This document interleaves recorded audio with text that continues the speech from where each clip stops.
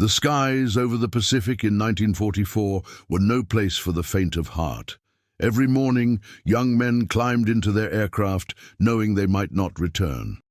The smell of aviation fuel mixed with salt air, the roar of engines warming up on carrier decks, the trembling hands of pilots gripping their flight sticks, these were the constants of war in the vast ocean theater.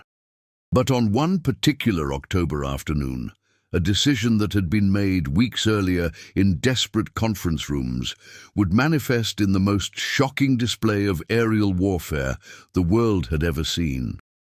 A decision so desperate, so calculated, so revolutionary in its horror, that it would bring down 12 Allied aircraft and sink an American escort carrier in just 30 minutes.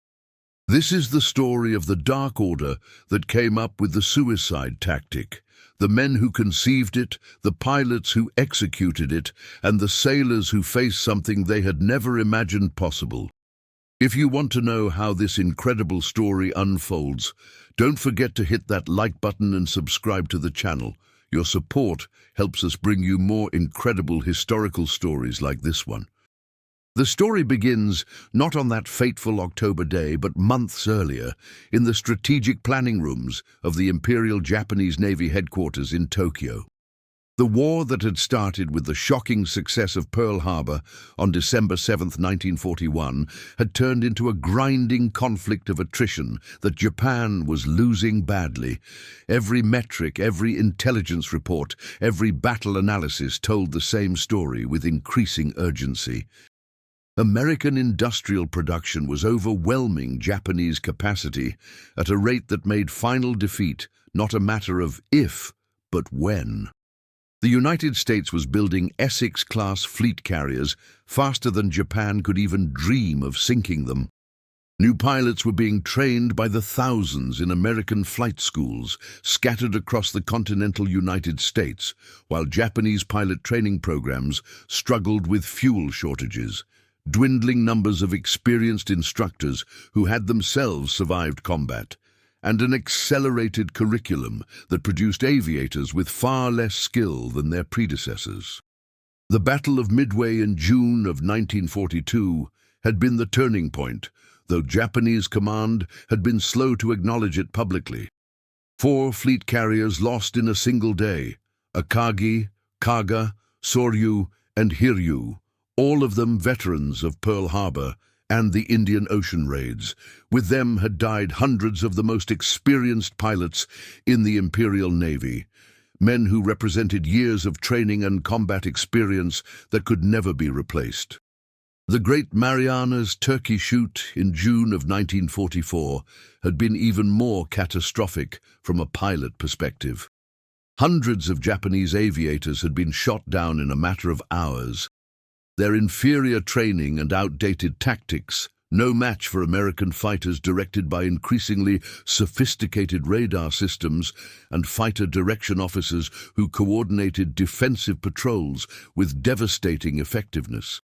October 19, 1944. The Philippine Sea stretched endlessly beneath a sky that burned orange and gold as the sun began its descent toward the western horizon. The water, normally a deep blue that reflected the sky above, now shimmered with patterns of reflected sunlight that seemed almost peaceful, almost beautiful, a cruel contrast to the deadly purpose of the vessels cutting through those waves. Lieutenant Commander Matsuo Tanaka stood on the deck of the aircraft carrier Zuikaku, his weathered, calloused hands gripping the deck railing with a force that made his knuckles turn white. He watched the mechanics and deck crew perform their final checks on the 6 Zero fighters lined up across the flight deck, each plane positioned with mathematical precision on the marked spots, each one representing not just a weapon system, but a young man's life about to end. The carrier itself was one of the few remaining fleet carriers in the Japanese Navy, a survivor of numerous battles that had claimed so many of its sister ships. Zuikaku had fought at Pearl Harbor, in the Coral Sea, at the Eastern Solomons, and at the Santa Cruz Islands. The ship bore the scars of those battles, patched hull plates, replaced sections of flight deck, new equipment installed to replace battle-damaged systems. The deck crew moved with practiced efficiency, but Tanaka could see the weariness in their movements, the way their shoulders slumped between tasks, the mechanical nature of their actions that spoke to exhaustion deeper than mere physical fatigue. Everyone aboard knew the war's trajectory. You could see it in the reduced food rations that left men constantly hungry, in the younger and younger faces of replacement crew members who looked like boys playing at being sailors, in the way veteran sailors spoke in hushed tones about battles they had survived when so many others had not, their voices carrying the guilt of survival. The war was not going well. Every officer knew it, though few dared speak it aloud in any context where they might be overheard. Those who did voice doubts about ultimate victory were quietly reassigned to shore stations far from combat, or found themselves facing military police interrogations about their loyalty and commitment to fighting until final victory, or worse, were accused of defeatism, which could carry severe penalties including imprisonment or even execution in the most extreme cases. The Americans had pushed through the Pacific with relentless, methodical, overwhelming force. Their industrial might produced ships and planes faster than Japan could possibly sink or shoot them down. It was like fighting the ocean itself. Every wave you destroyed was replaced by another and another and another, each one larger and more powerful than the last, until exhaustion overwhelmed resistance. The once proud Imperial Japanese Navy, which had dominated Asian waters for decades and struck terror into Allied forces at the war's beginning with its modern ships and superbly trained aviators, had suffered devastating, irreplaceable losses at Midway and the Marianas. Ships that had taken years to build and millions of yen to construct were sunk in minutes by American carrier aircraft or submarines. Pilots who had trained for years in peacetime programs were shot down in their first combat missions, their experience and potential wasted. The mathematics of war had become a nightmare of subtraction, with no possibility of addition fast enough to matter. Now, as the Allied forces prepared to retake the Philippines under General Douglas MacArthur's command, mounting a massive invasion operation that would drive a strategic dagger into Japan's southern defensive perimeter and cut off access to the resource-rich territories of Southeast Asia, the nation faced a crisis that demanded radical solutions, or at least solutions that desperate men in positions of authority could convince themselves were radical strategic innovations rather than merely the horrific last gasps of a dying cause. Tanaka was 41 years old, ancient by the standards of combat aviation. Most fighter pilots were in their early 20s, their reflexes lightning sharp, their bodies able to withstand the brutal physical demands of aerial combat, the crushing G-forces of high-speed maneuvers, the disorientation of cloud flying and combat at multiple altitudes, the endurance required for long patrol flights.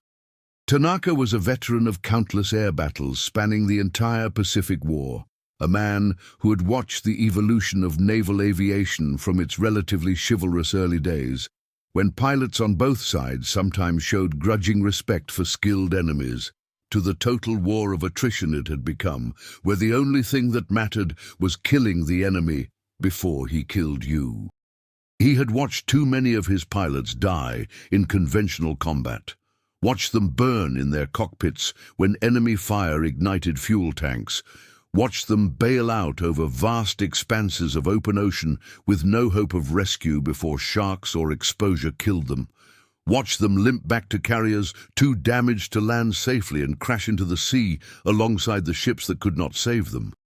The Americans had overwhelming numerical superiority, better radar systems that let them see attackers coming from dozens of miles away and position defending fighters optimally, increasingly sophisticated fighter direction procedures that coordinated defensive combat air patrols with efficiency that seemed almost mechanical in its effectiveness, and most importantly, a pilot training pipeline that produced skilled aviators faster than they could be killed.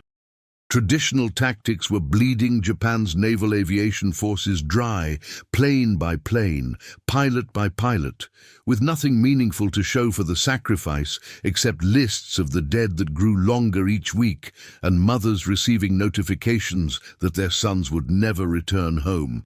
3 days earlier, on October 16th, Tanaka had been summoned to a classified meeting aboard the flagship. The message had been terse, offering no hint of the topic to be discussed, only that his presence was mandatory and that the meeting classification level was higher than most operational planning sessions. He had arrived with a dozen other senior aviation officers, men whose faces showed the same weathered resignation that he saw in his own mirror each morning. Deep lines around the eyes from squinting into sun and sky, premature grey in their hair from stress, a certain hardness in their expressions that came from sending young men to die repeatedly. The room had been thick with cigarette smoke that hung in layers in the inadequate ventilation, and heavier still with the more oppressive psychological weight of desperate men making terrible choices. The air conditioning system struggled against the tropical heat, and sweat soaked through dress uniforms within minutes of sitting down, making everyone uncomfortable and irritable. Vice Admiral Takejiro Onishi had stood at the front of the room, a map of the Philippines behind him marked with American and Japanese positions, and laid out the proposal with the directness of a man who understood perfectly the horror of what he was suggesting, but had convinced himself through some internal calculus that military necessity overrode moral considerations.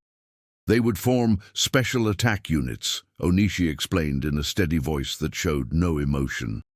Pilots would deliberately crash their bomb-laden aircraft into American warships. One plane, one ship, one pilot, one target. It was the only way to guarantee hits, he argued, his words falling into a shocked silence broken only by the whir of electric fans and the distant sounds of the ship's operations. Conventional bombing had become too unreliable against American ships protected by intense anti-aircraft fire and evasive maneuvers. American combat air patrols shot down most attackers before they reached their targets, vectored in by radar operators who could track Japanese formations while they were still dozens of miles away.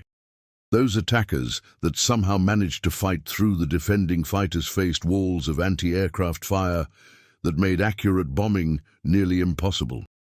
Pilots trying to aim their weapons while dodging tracer fire and taking violent evasive maneuvers missed their targets more often than they hit. A bomber that survived to release its weapons had perhaps a 5 or 10% chance of actually hitting a moving ship. Torpedoes, more accurate but requiring closer approach runs, were in short supply, their manufacture requiring expensive and specialized industrial facilities that Japan's damaged industrial base could no longer sustain at anything approaching the necessary scale. But a determined pilot, willing to give his life, transforming himself into a guided missile of flesh and metal and explosive, could not miss. Physics and determination would guarantee impact.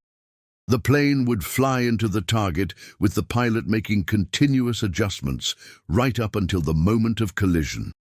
One plane, one pilot, one ship. The mathematics were brutal, but in the context of total war, where every resource had to be maximized, undeniable. Onishi had presented statistics showing that even if only a fraction of suicide attackers reached their targets, the exchange ratio would be far superior to conventional attacks, where dozens of planes and pilots were lost for minimal damage to the enemy.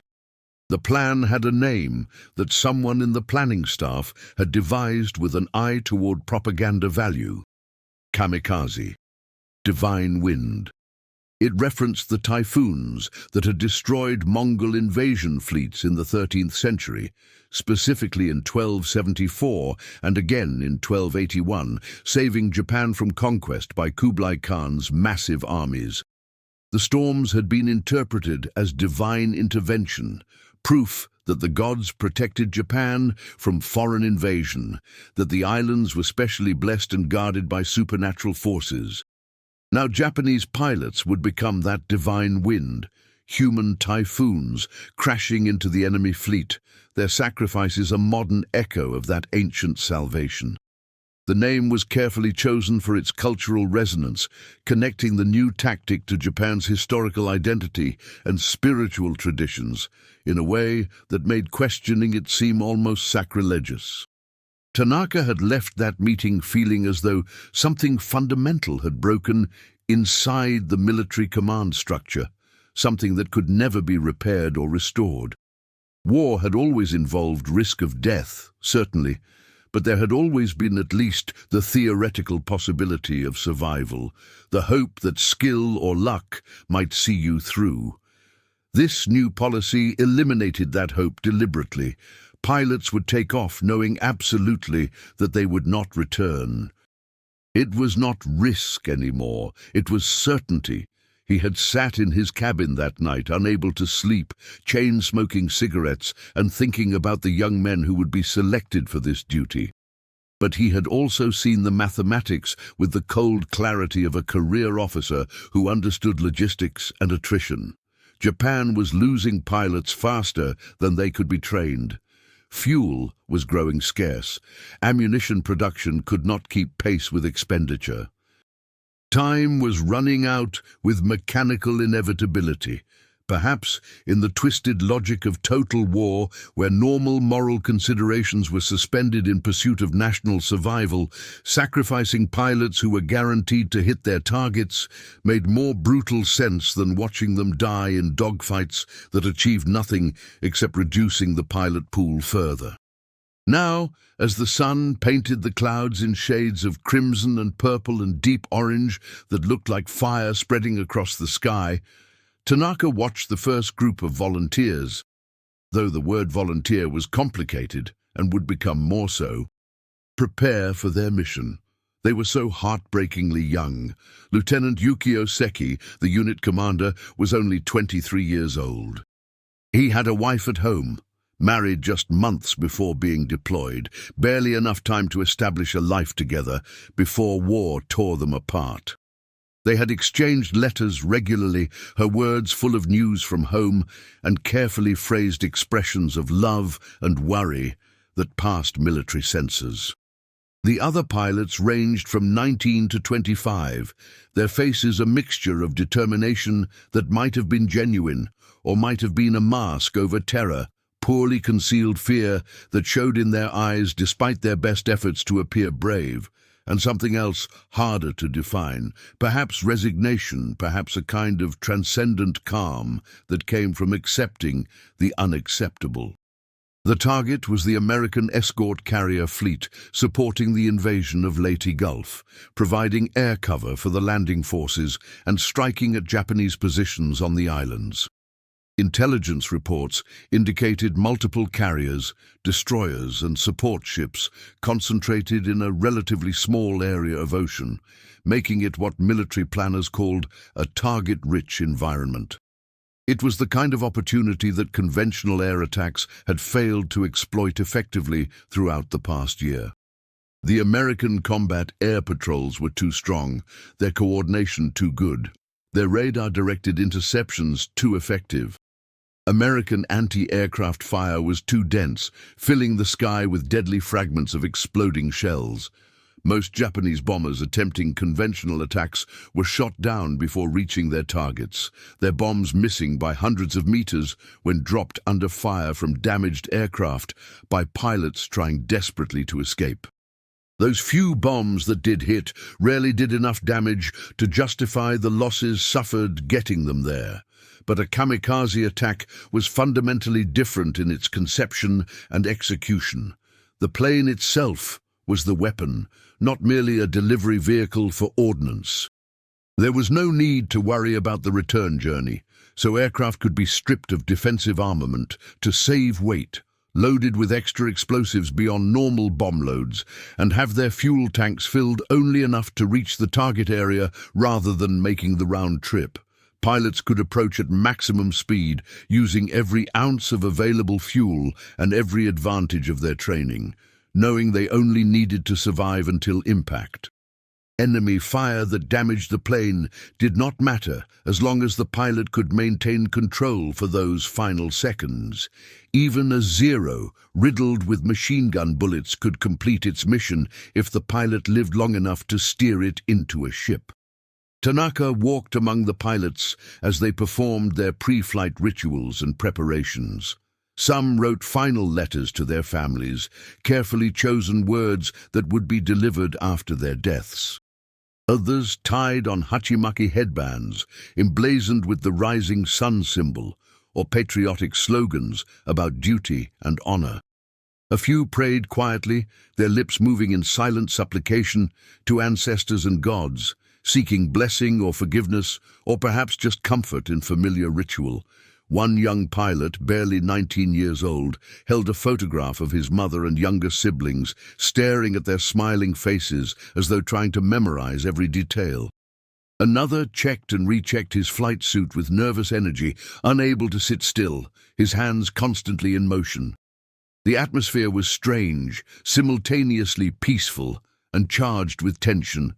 Men preparing carefully for a task they had trained for, yet a task that would end with their certain deaths. Seki approached Tanaka, his flight suit crisp and properly worn, his expression calm and controlled. The young lieutenant had not volunteered for this assignment initially. Few of the pilots had. Onishi and the planning staff had selected them based on factors, including skill level, unmarried status, to minimize the number of widows and orphans created, and their psychological profiles as assessed by commanders. Seki had been married, which should have exempted him according to the initial guidelines, but as the demands of the program grew, even that criterion had proven flexible.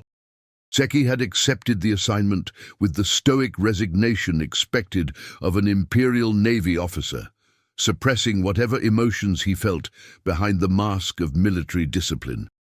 "Commander," Seki said, bowing slightly in formal greeting, "we are ready to depart. The aircraft have been checked and prepared. The weather is acceptable for operations. We await only your order." Tanaka studied the young man's face carefully, searching for doubt or hesitation or fear. He saw only a carefully maintained composure, the mask of a warrior who had accepted his fate, or at least was expertly pretending to have accepted it. It was impossible to know what Seki truly felt behind that controlled exterior. "The Americans will not expect this tactic," Tanaka said quietly, his voice low so that only Seki could hear. "You will have complete tactical surprise. Use it wisely. Select your targets carefully. Don't waste your lives on insignificant ships." Seki nodded slowly, his face grave. "We will not miss, sir.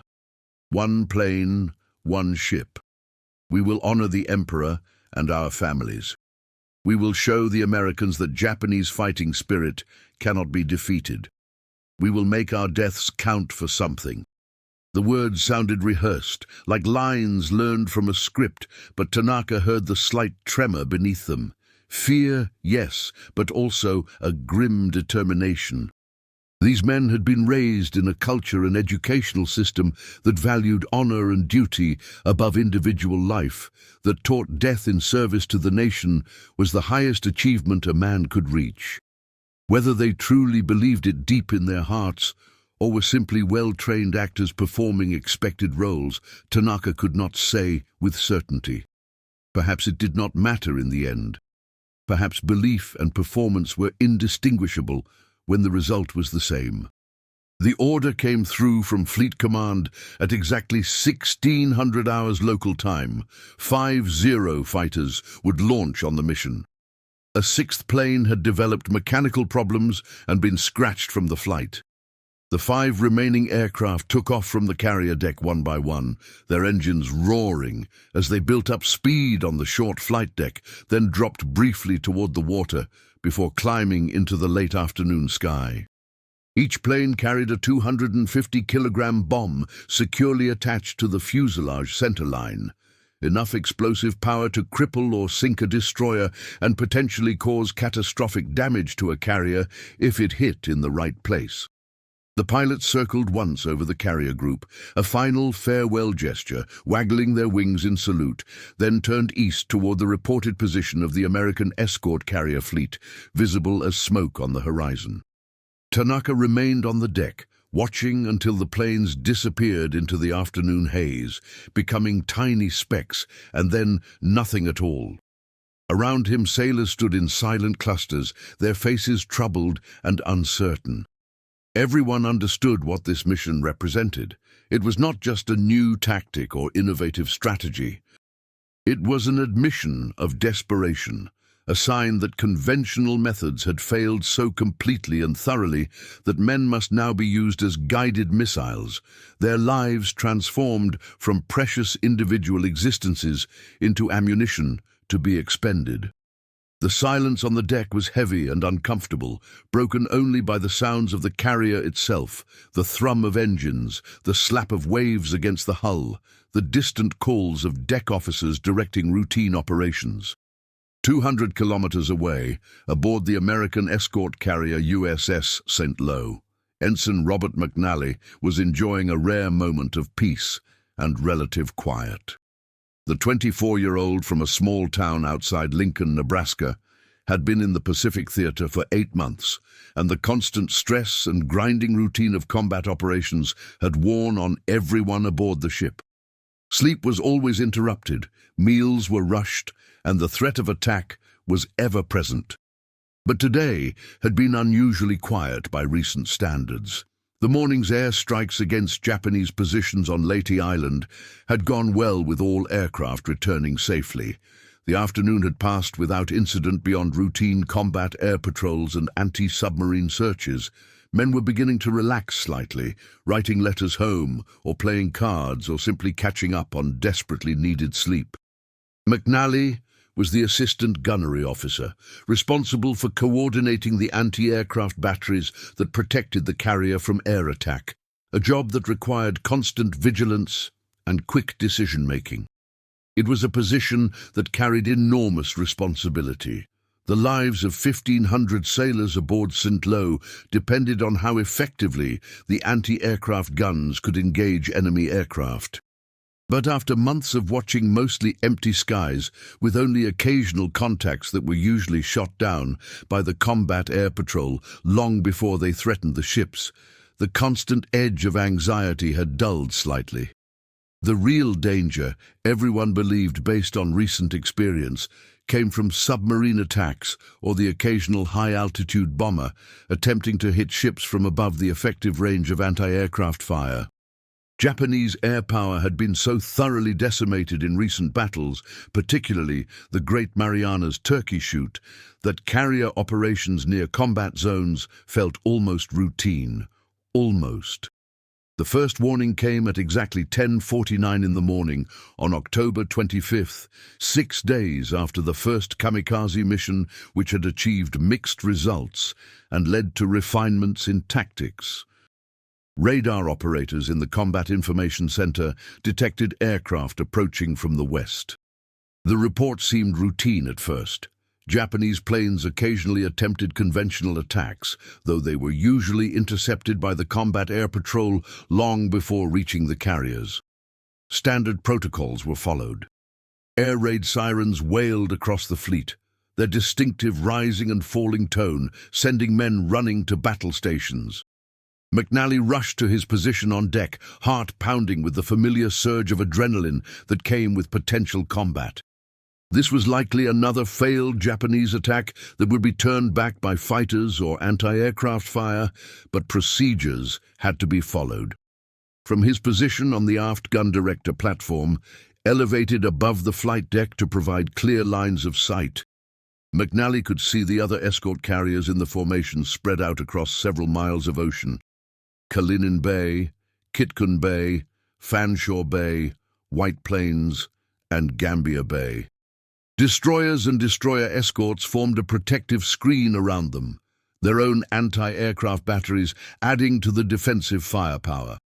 It should have been more than enough firepower to repel a conventional attack by a small number of Japanese planes. The collective firepower of 6 carriers and their screening vessels could fill the sky with deadly metal. Then someone shouted and pointed skyward urgently. McNally looked up and saw something that made absolutely no sense to his combat-trained mind. A Zero fighter was diving almost vertically toward the fleet, smoke trailing from its engine, not from battle damage, but from full throttle. His first thought was that the plane had been hit by anti-aircraft fire and was going down, the pilot trying to crash land or bail out, but the dive was too controlled, too purposeful, the angle too precise.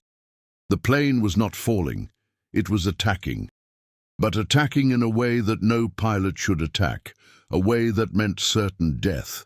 The anti-aircraft batteries opened fire immediately, filling the air with tracers and explosive shells. The sky became a web of intersecting fire, every gun on multiple ships tracking the diving plane. The Zero twisted and jinked with surprising agility, evading much of the fire with skill that indicated the pilot was very much alive and in complete control. Then impossibly, instead of pulling up to escape or releasing a bomb before turning away, the plane kept diving straight at the White Plains, its engine howling at maximum power, closing the distance with terrifying speed. McNally watched in absolute horror as the Zero slammed into the flight deck with a tremendous explosion that seemed to shake the air itself. Fire and debris erupted into the sky like a volcano. Sailors scattered from the impact point, some thrown overboard by the blast, others stumbling away from the flames.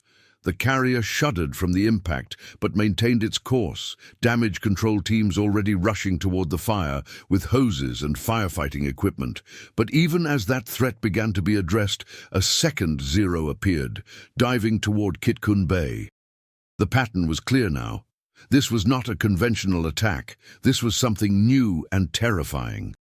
The anti-aircraft fire intensified, becoming so dense that the sky seemed solid with explosive shells. Tracer rounds created streams of light. The noise was absolutely deafening, a continuous roar that made thinking difficult. The second Zero took multiple hits. McNally saw pieces of the wing tear away, saw the canopy shatter into fragments. But the plane kept coming, kept diving, the pilot making continuous corrections to his aim despite the damage. The Japanese pilot was deliberately flying into the ship. This was intentional, this was planned. The plane exploded in mid-air when a direct hit from a 5-inch shell struck it, pieces of wreckage tumbling into the sea. But even as that threat ended, creating a momentary sense of relief, a third Zero appeared on a different vector. This one targeted St. Lo McNally's own ship. He heard himself shouting orders to the gun crews, coordinating fire, his training taking over even as his mind struggled to process what was happening.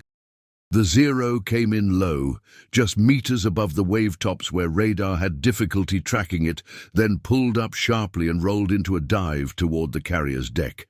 Every gun on the ship fired at once, along with guns from nearby escorts, the combined noise deafening beyond description, the smell of cordite thick enough to choke on. The Zero took multiple hits. McNally saw chunks of metal tear from the fuselage. The engine belched black smoke. The canopy was gone, probably blown away by gunfire. But the plane kept coming, still under control, still diving with purpose and precision. At the last second before impact, with the plane no more than 100 feet away and growing impossibly large in his vision, McNally threw himself flat against the deck, his hands over his head in an instinctive and probably useless attempt at protection. The impact was absolutely catastrophic, beyond anything McNally had experienced or imagined. The Zero crashed through the flight deck as if it were paper and plunged into the hangar bay below, where armed and fueled aircraft were being prepared for the next mission. The bomb the plane carried exploded on impact with devastating effect, triggering an immediate chain reaction as fuel tanks ruptured and ammunition cooked off in the intense heat. Secondary explosions ripped through the carrier like hammer blows, each one more devastating than the last, tearing through bulkheads and decks, starting fires that spread faster than they could be fought. McNally struggled to his feet, his ears ringing so badly that all sound seemed distant and muffled, blood running from a cut on his forehead where flying debris had struck him. His hands shook uncontrollably from adrenaline and shock. Around him, the carrier was visibly dying. Fire raged through multiple decks, flames shooting hundreds of feet into the air. Men stumbled through smoke, so thick it was impossible to see more than a few meters, coughing and choking. The ship began to list noticeably to starboard as seawater poured through hull breaches below the waterline. More explosions continued to rock the vessel as fires reached stored ordnance and fuel. Amid the chaos of fire and smoke and screaming men, McNally dimly registered that 2 more Zeros were attacking other carriers in the formation. One struck Kalinin Bay near the waterline, causing significant damage, but the carrier remained afloat. The other crashed into the sea after being shot down by concentrated anti-aircraft fire from multiple ships, the pilot perhaps finally hit, or the plane too damaged to continue. In less than 4 minutes, 5 Japanese planes had thrown the entire escort carrier group into chaos and inflicted damage that conventional attacks had failed to achieve in months of trying.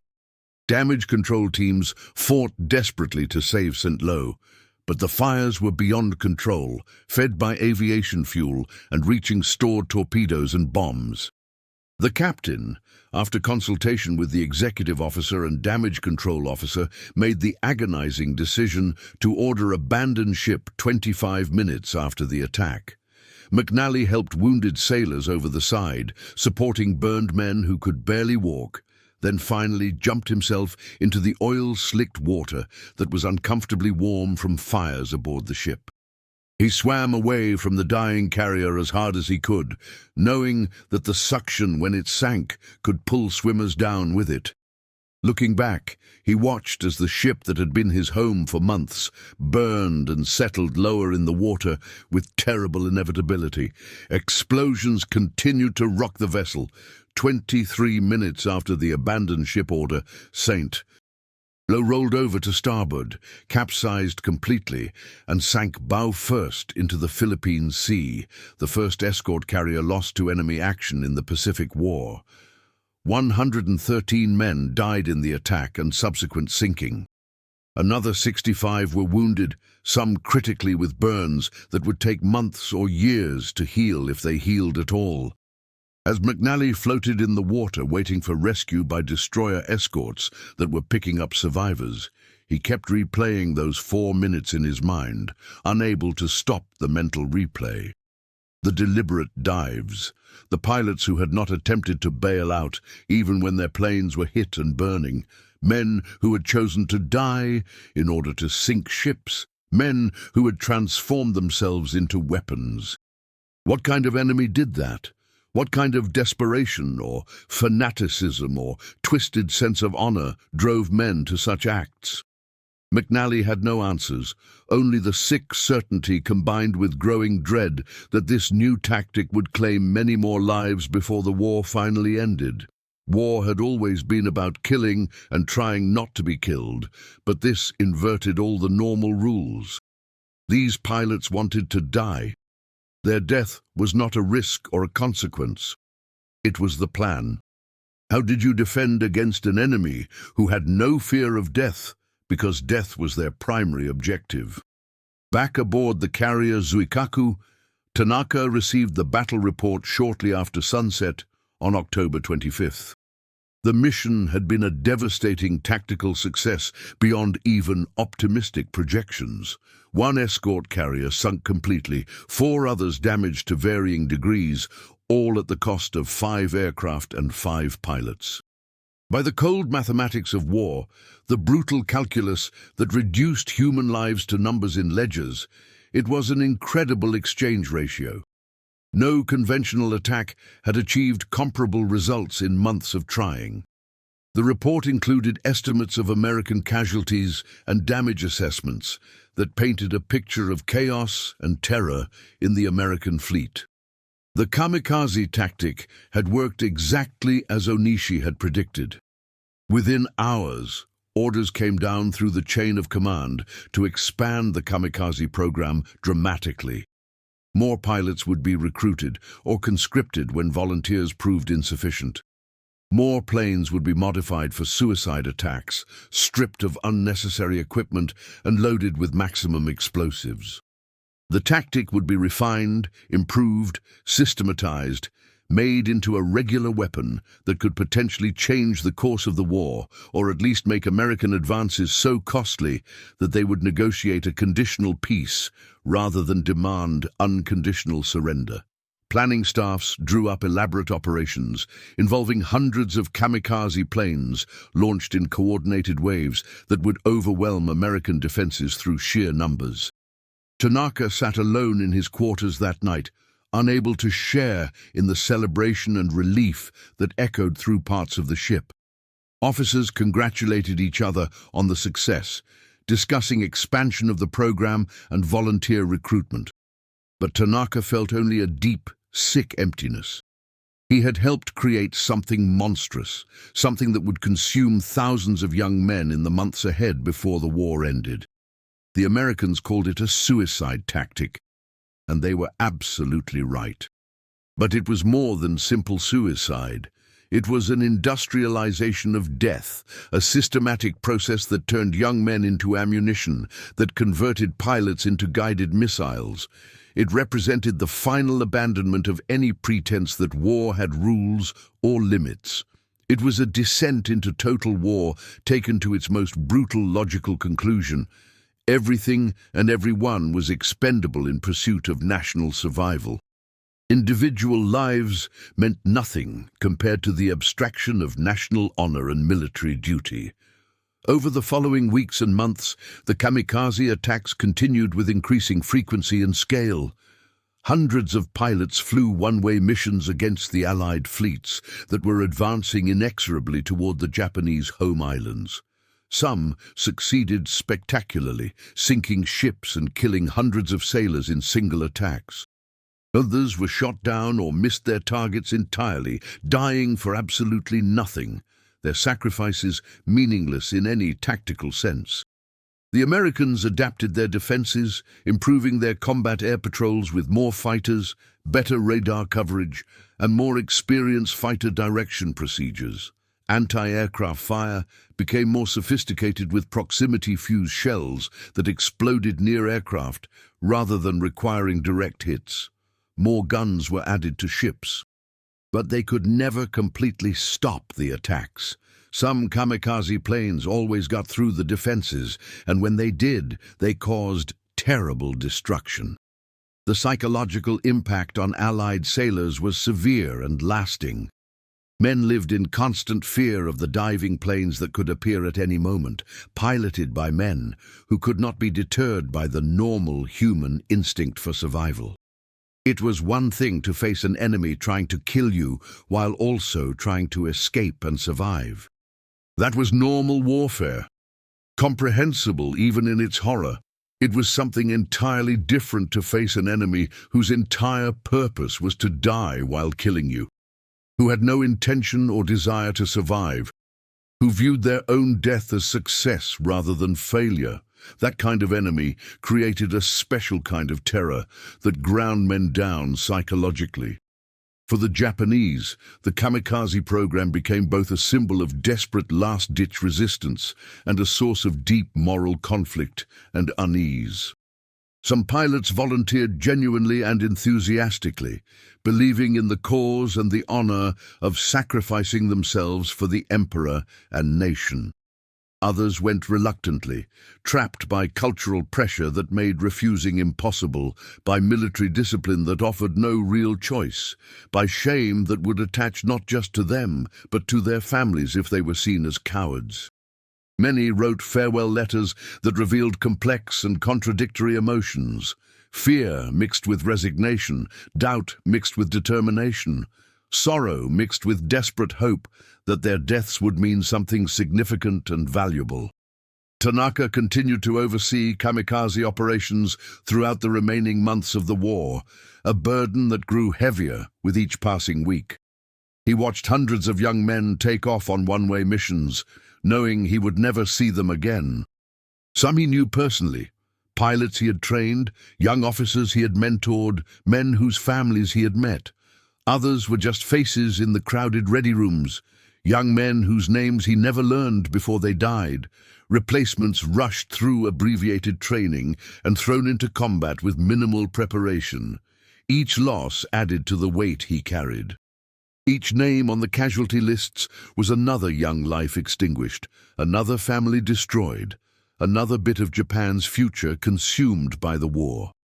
The tactic achieved significant tactical successes that could not be denied when examined objectively.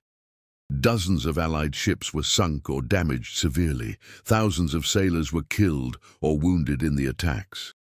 Some kamikaze strikes caused damage so severe that ships had to be withdrawn from combat operations for months of repairs, effectively removing them from the war effort. In purely military terms, the exchange ratio was favorable. 5 or 10 kamikaze planes might accomplish what 100 conventional bombers could not.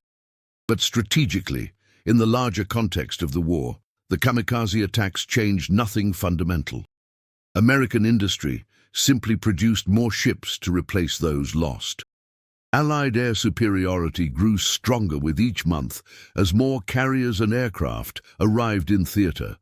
Japan's situation became more desperate and hopeless with each passing month, despite the kamikaze successes. The most intensive period came in April of 1945, during the Battle of Okinawa, the last major campaign before a planned invasion of the Japanese home islands. Nearly 2,000 pilots flew suicide missions in a massive campaign the Japanese called Operation Kikusui, Floating Chrysanthemum, a poetic name that somehow made the horror slightly more palatable. The attacks came in waves, coordinated strikes involving dozens or even hundreds of aircraft at once, attempting to overwhelm American defenses through sheer numbers. The campaign sank dozens of ships and damaged many more. Destroyers on radar picket duty bore the brunt of the attacks, positioned far from the main fleet to provide early warning and absorb the initial kamikaze strikes. Many destroyers were hit multiple times, some sank. Others were so heavily damaged they had to be scuttled. The crews of these ships faced the kamikaze threat day after day, watching radar screens for incoming attacks, knowing that each raid might be their last. McNally, who had survived the sinking of St. Lowen spent weeks recovering from his injuries before being reassigned, found himself aboard another carrier during the Okinawa campaign, his experience with kamikaze attacks making him valuable despite the trauma. He had been promoted to full lieutenant and now commanded an entire anti-aircraft battery group rather than serving as an assistant. He had become expert at identifying kamikaze attacks from radar patterns and coordinating defensive fire to maximize effectiveness. But expertise and experience did not eliminate fear. Each time radar detected incoming aircraft, his stomach tightened with remembered terror. Each time he saw a plane diving toward the fleet, regardless of whether it was actually a kamikaze or just a damaged plane trying to crash land, he wondered if this would be the one that got through his defenses. His hands shook slightly when battle stations sounded, a tremor he could not control despite his efforts. The experience had changed him in ways he struggled to articulate even to himself. War had always been fundamentally about trying to kill the enemy while staying alive yourself. That was the basic equation that governed combat. But the kamikaze attacks inverted that logic completely. The enemy wanted to die. Their death was not a deterrent or even a consequence to be avoided. It was the mechanism of the attack itself, the means by which they struck. How did you fight an enemy who embraced death? How did you deter someone for whom death was the objective? Traditional concepts of suppression fire and defensive tactics assumed the enemy wanted to survive, would take cover, would break off attacks when losses became too severe. None of that applied to kamikaze pilots. They would keep coming until they were killed or completed their mission, and their mission was to die crashing into your ship.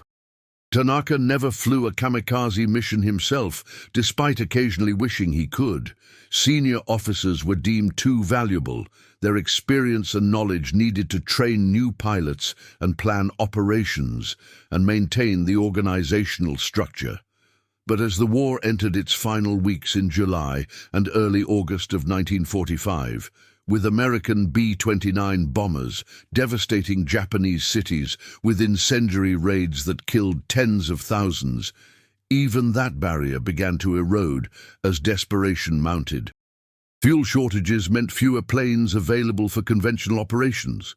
Aircraft losses exceeded production.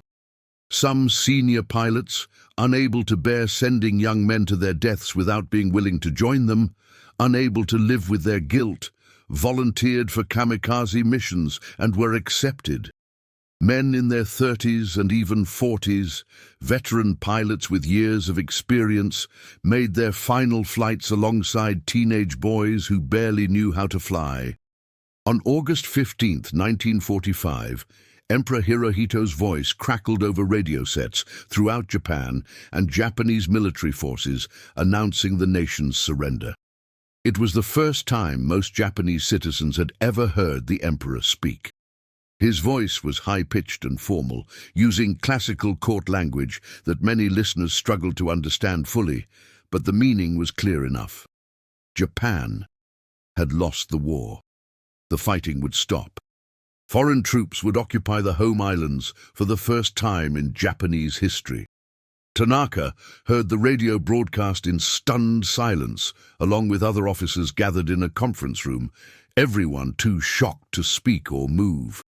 The war that had consumed everything for nearly 4 years was suddenly over. Thousands of pilots had died in kamikaze attacks. The exact number would never be known with certainty, as records were incomplete, and many aircraft had been launched from bases that were subsequently overrun.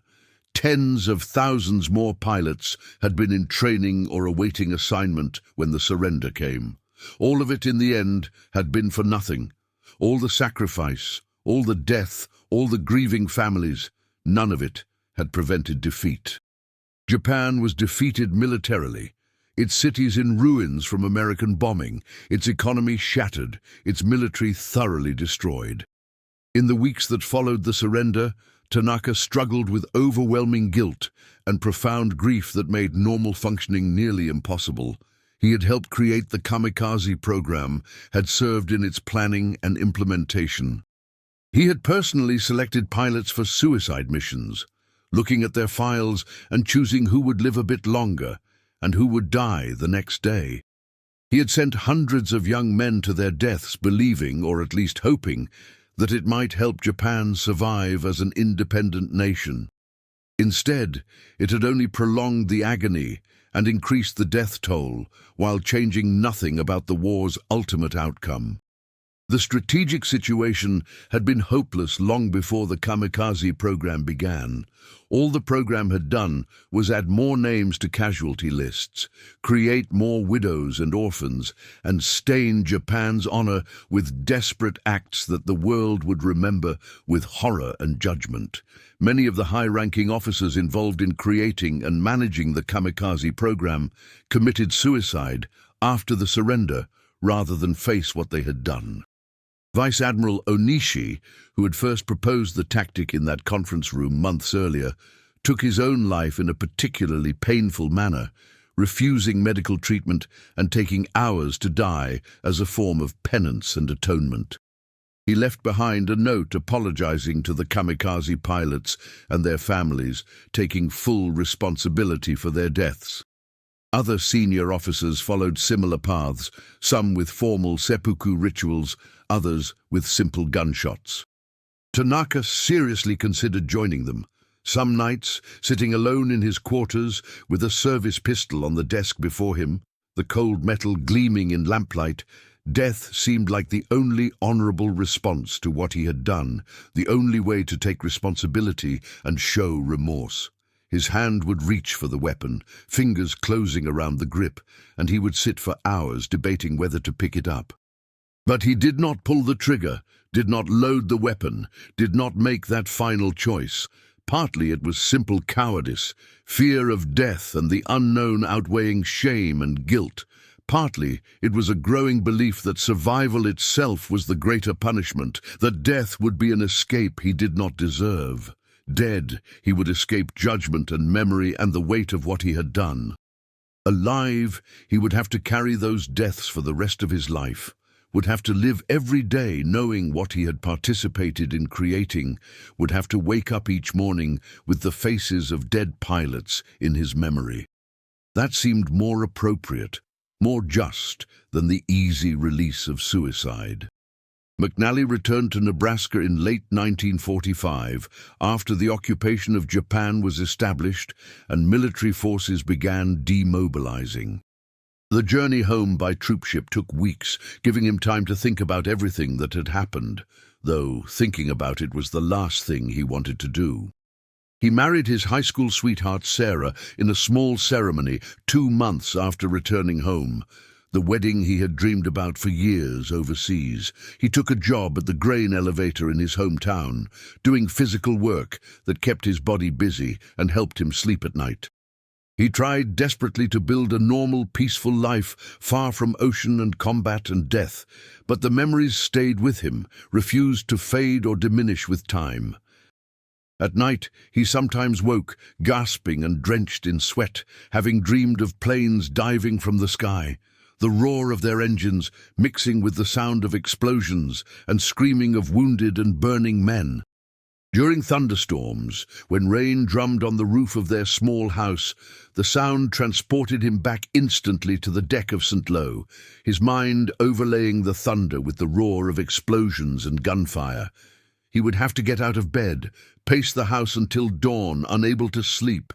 He rarely spoke about the war, especially about the kamikaze attacks that had scarred him most deeply. How could he explain it to people who had not been there, who had spent the war safe at home, who had never faced enemy fire, let alone faced an enemy willing to die to kill them?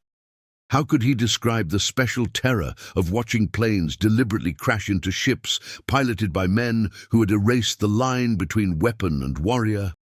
His wife Sarah knew he had nightmares and that certain things triggered bad memories, but she did not press for details, sensing that some experiences were too dark and painful to share.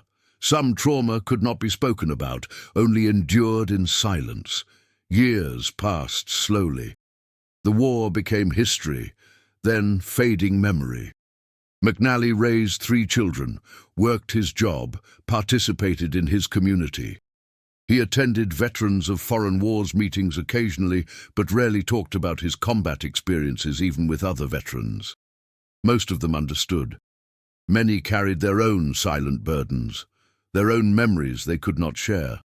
The 1960s arrived, then the 70s, then the 80s. America fought other wars in Korea and Vietnam. The world changed. The Cold War defined international relations, but McNally never forgot those 4 minutes when everything changed, when war revealed a new face of horror he had never imagined possible. Years later, decades after the war ended, historians and military analysts began seriously examining the kamikaze campaign with the detached objectivity that time and distance allowed.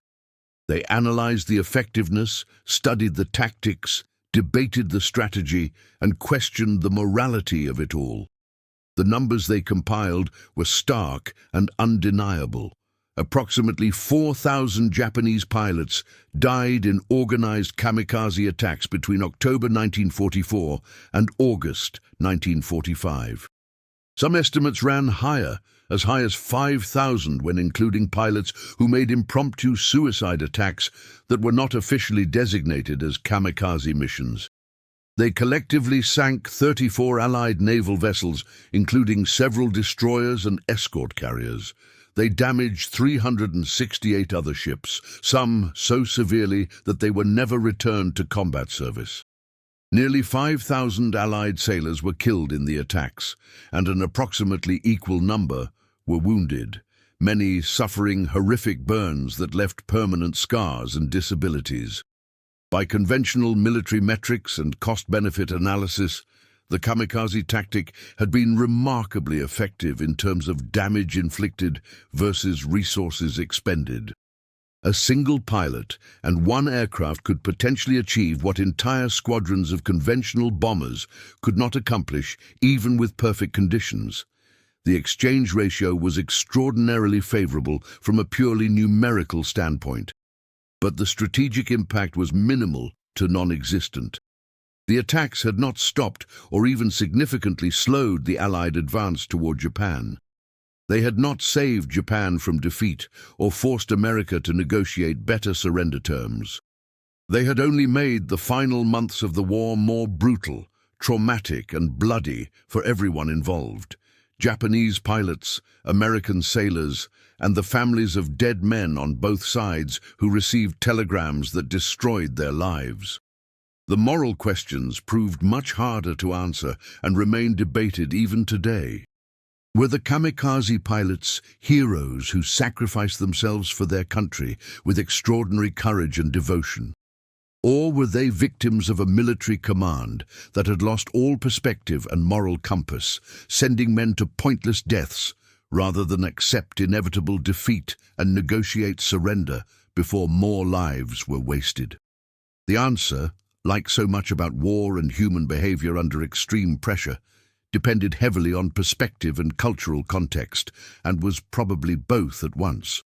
The pilots showed genuine bravery in facing certain death, but that bravery was in service of a cause that was already lost, channeled by commanders who should have known better, wasted in tactics that could not change the strategic situation. For Tanaka, spending his remaining years in post-war Japan during the American occupation and subsequent reconstruction, there was no escape from the questions and guilt that haunted him. He took a job as a teacher after being cleared by occupation authorities who investigated all former military officers, but judged him not to be a war criminal, educating a new generation of young men in a Japan that was being rebuilt along democratic lines and pacifist principles. He taught mathematics and science to high school students, helping prepare them for university entrance examinations, watching them grow and mature.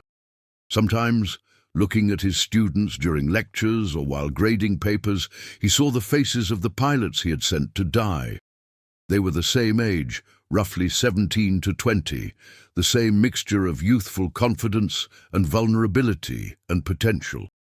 The knowledge that he had once turned such boys into weapons, had systematically sent them to their deaths, haunted him daily. Their faces appeared in dreams, young men in flight suits climbing into cockpits for the last time, turning to wave farewell before closing canopies. He never spoke publicly about his role in the kamikaze program, despite occasional opportunities to do so. When former military colleagues contacted him for reunion gatherings where old officers reminisced about the war years, he politely declined. When historians and researchers seeking to document the Pacific War requested interviews about his experiences and knowledge, he firmly refused. When his own children asked about what he did during the war, he gave vague answers about logistics and training without specifics. The memories were too painful to examine, the guilt too deep to express, the responsibility too heavy to discuss openly. He had helped create a dark chapter in military history, a tactic that had crossed lines most nations had refused to approach, even in total war. That knowledge was his burden to carry alone. McNally lived into his 80s, finally dying in 2009 at age 88. Near the end of his life, when his health was failing and he knew he had limited time remaining, he agreed to be interviewed for a documentary about the Battle of Leyte Gulf, deciding that history deserved to be recorded even if telling it was painful. He spoke haltingly in the interview, his voice rough with age and emotion, his hands trembling slightly as he described the kamikaze attack on St. Lo 64 years earlier. The memories remained vivid, despite the passage of time, sharp-edged and painful. "They were just kids," he said, his voice breaking with emotion despite his efforts to maintain composure. Tears ran down his weathered cheeks. Maybe 20 years old, some of them. Farm boys and shop clerks turned into pilots, and they flew their planes straight at us, knowing absolutely that they were going to die in the next few seconds. They had to know. How could they not know? I've thought about those pilots every day for 60 years, every single day. Who were they? What were their names? What did they believe in that made them do it? What were they told that convinced them it was worth dying that way? Did they volunteer or were they ordered? Were they brave or just trapped? I'll never have answers to those questions, but I'll never forget them either. Never forget their faces in those last seconds as they dove toward us. Young faces, determined faces. I dream about them still. Tanaka died in 1993 at the age of 90, a lonely death in a small apartment in a Tokyo suburb. He left behind boxes of papers and detailed personal journals, documenting his wartime experiences and his thoughts about the kamikaze program, but requested in his will that they be sealed for 50 years after his death, not to be opened until 2043. Perhaps he had written in instructions to his executor. In that distant future, historians might use the documents to better understand what had happened and why it happened and what drove men to make such terrible decisions. But Tanaka himself could not bear to have those memories and thoughts examined during his lifetime, could not face the judgment and questions that would come from revelation. Better to let them remain hidden until everyone involved was dead, until the events were distant enough to be examined without the heat of personal connection. The legacy of the kamikaze program remains complex and controversial even 75 years after the war ended. In Japan, the pilots are remembered in various ways, depending on political perspective and generational outlook. Some view them as tragic victims of militarism and fanaticism, young men whose lives were wasted by commanders who refused to accept defeat and negotiate peace. Others see them as heroes and patriots worthy of respect, men who showed ultimate devotion and self-sacrifice for their nation in its darkest hour. Memorials exist at various locations, though their interpretation and the messages they convey have evolved significantly over decades as Japan has grappled with its wartime history. The families of kamikaze pilots carry their own complicated grief, simultaneously proud of ancestors who showed courage while mourning lives cut short by a desperate military strategy that accomplished little. For the Allies, particularly American sailors and their descendants who faced the attacks directly, the kamikaze remain a powerful symbol of the Pacific War's unique psychological horror and the ultimate extremes of total war. The attacks represented something fundamentally different from conventional warfare that had understood rules and limits, something that seemed to violate unspoken agreements about the value of human life and the acceptable boundaries of military tactics. The deliberate transformation of men into missiles, the industrialization of suicide, the weaponization of death itself, these concepts remain disturbing and difficult to comprehend even decades later. Modern military analysts and historians study the kamikaze campaign extensively as an important example of asymmetric warfare and desperate last-ditch tactics employed by a losing power attempting to inflict maximum damage on a superior enemy. The tactic's initial effectiveness came from its novelty and the element of complete surprise. Allied forces had simply not conceived that an enemy would systematically send pilots on one-way missions, that death would become the attack mechanism rather than a risk. But once the Allies understood what they faced and adapted their defenses accordingly, developing new tactics and technologies specifically to counter kamikaze attacks, the attacks became increasingly costly and progressively less effective. By war's end in August 1945, most kamikaze pilots were being shot down before reaching their targets, their sacrifices achieving nothing. The element of surprise was gone, American defenses had been strengthened enormously, and the exchange ratio had shifted dramatically. The human cost, however, cannot be calculated purely in military terms of ships sunk and damage inflicted. 4,000 young Japanese men died in the organized kamikaze attacks, each one an individual human being with dreams and fears and people who loved them, each one a specific tragedy rather than merely a statistic. Thousands more Allied sailors died or were wounded, suffering burns and injuries and trauma. Countless others on both sides carried deep psychological scars for the rest of their lives, unable to fully escape the memories of those terrible months. The trauma rippled outward in waves, affecting families and communities for generations. Children grew up without fathers. Wives became widows at young ages. Parents buried sons in their early 20s or had no bodies to bury, only notifications from military authorities. The story of the kamikaze program is ultimately a cautionary tale about the descent into total war, about what happens when all moral boundaries gradually erode under relentless pressure of desperation and fear of defeat. It shows how institutions and governments can transform killing and dying into industrialized processes with bureaucratic efficiency. It demonstrates how cultural values and traditions can be weaponized and twisted to serve military objectives.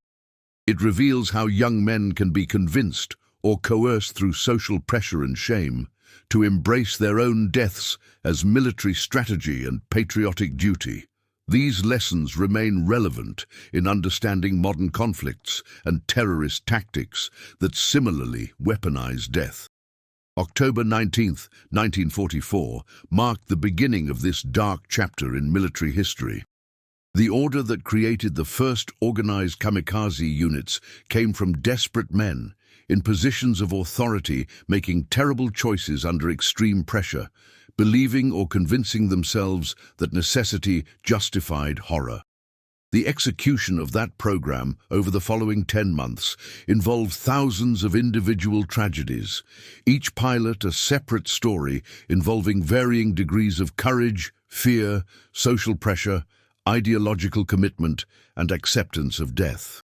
The tactic achieved undeniable tactical successes that had to be acknowledged. Ships sunk, sailors killed, operations disrupted. But it resulted in complete strategic failure, ultimately changing nothing about the war's inevitable outcome while inflicting terrible costs on all sides and leaving scars that lasted generations.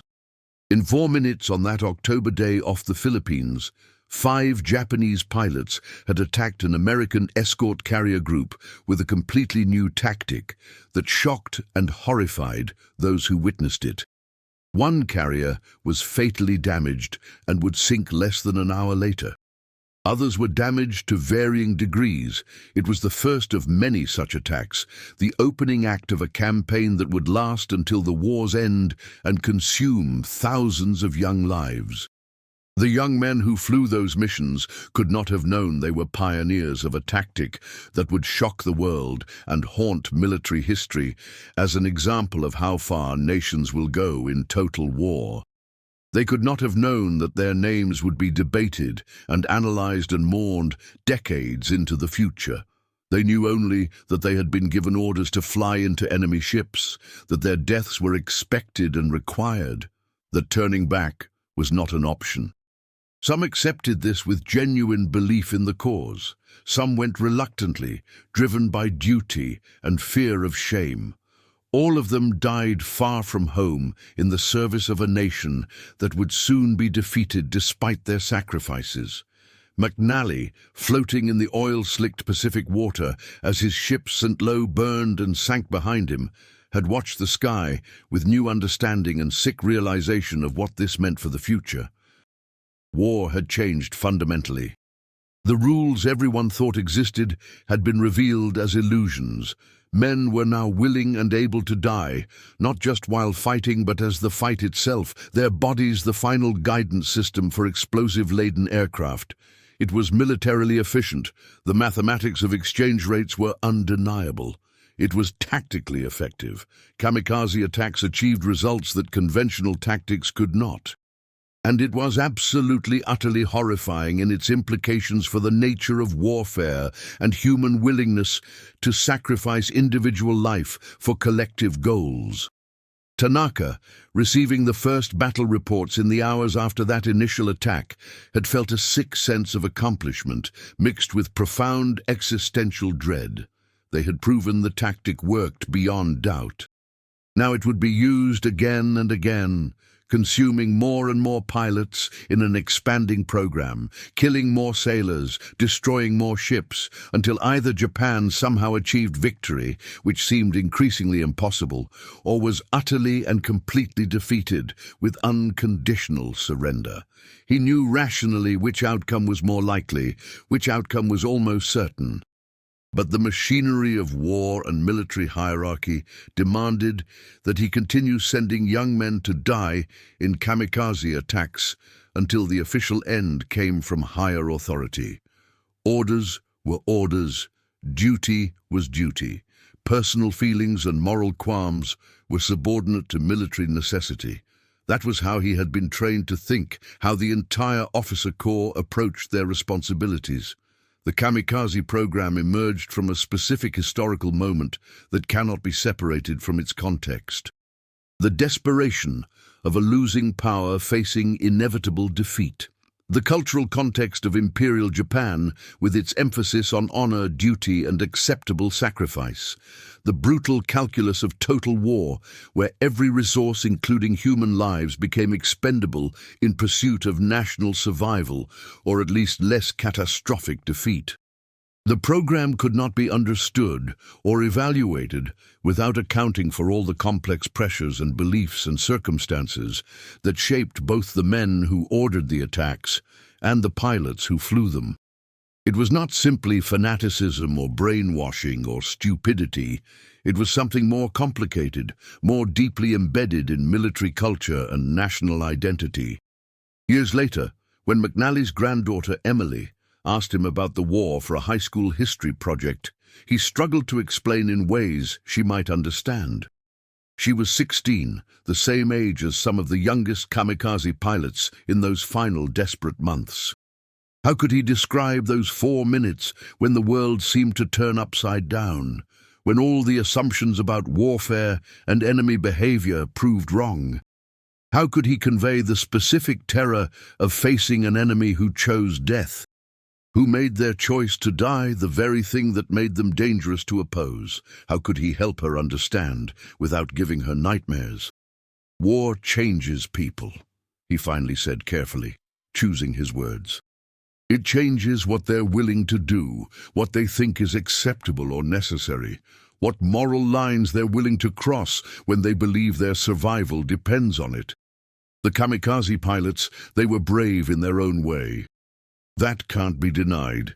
It takes courage to fly into certain death, but bravery in the service of a terrible cause is still terrible.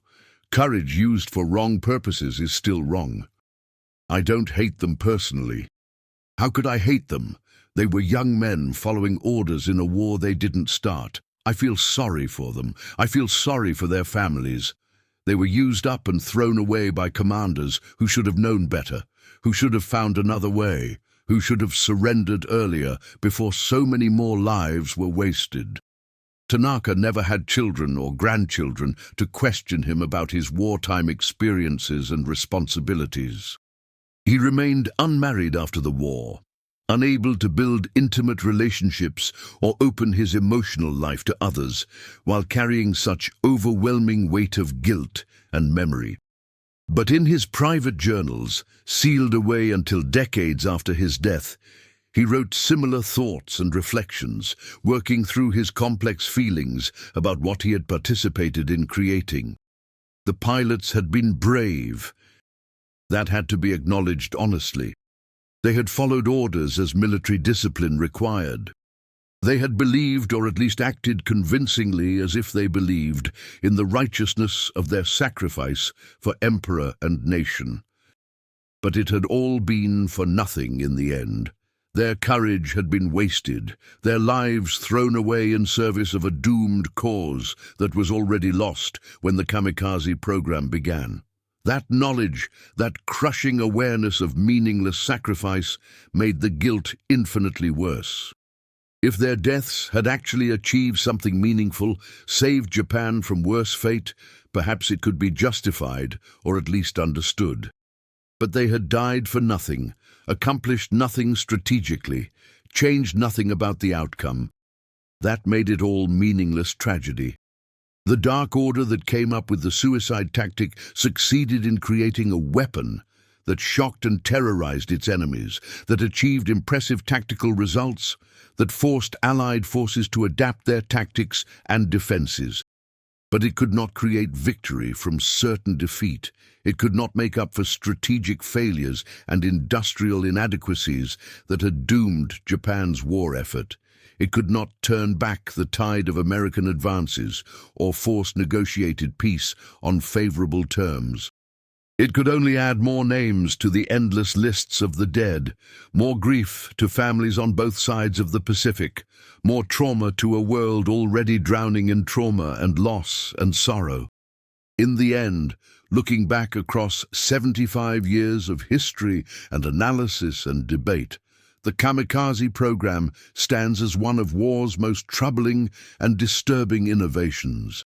A tactic that deliberately eliminated the traditional barrier between weapon and warrior, that systematically transformed men into ammunition, that industrialized death in pursuit of military objectives. It emerged from desperation, was executed with tragic efficiency and bureaucratic organization, and ultimately failed completely to achieve its strategic objectives or change the war's outcome. The only things it succeeded in creating were more death on a massive scale, more suffering for countless families, more trauma for survivors, and a legacy of difficult questions about the limits of acceptable sacrifice in warfare, about how far nations will go when fighting for survival, about the price in human lives that total war demands, and whether that price can ever be justified by the goals pursued.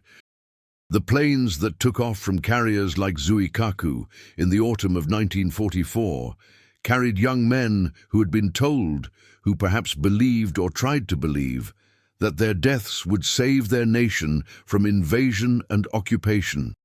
Some believed it completely with genuine faith. Some had doubts they could not express without being accused of cowardice.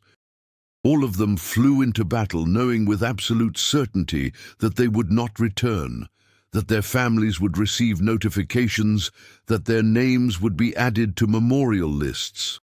And in 4 minutes over the Philippine Sea on that October afternoon, they showed the world that humanity's capacity for self-destruction, for transforming death itself into a weapon, had reached new and terrible depths that would be remembered and analyzed and debated for generations to come, as a warning about the extremes of total war.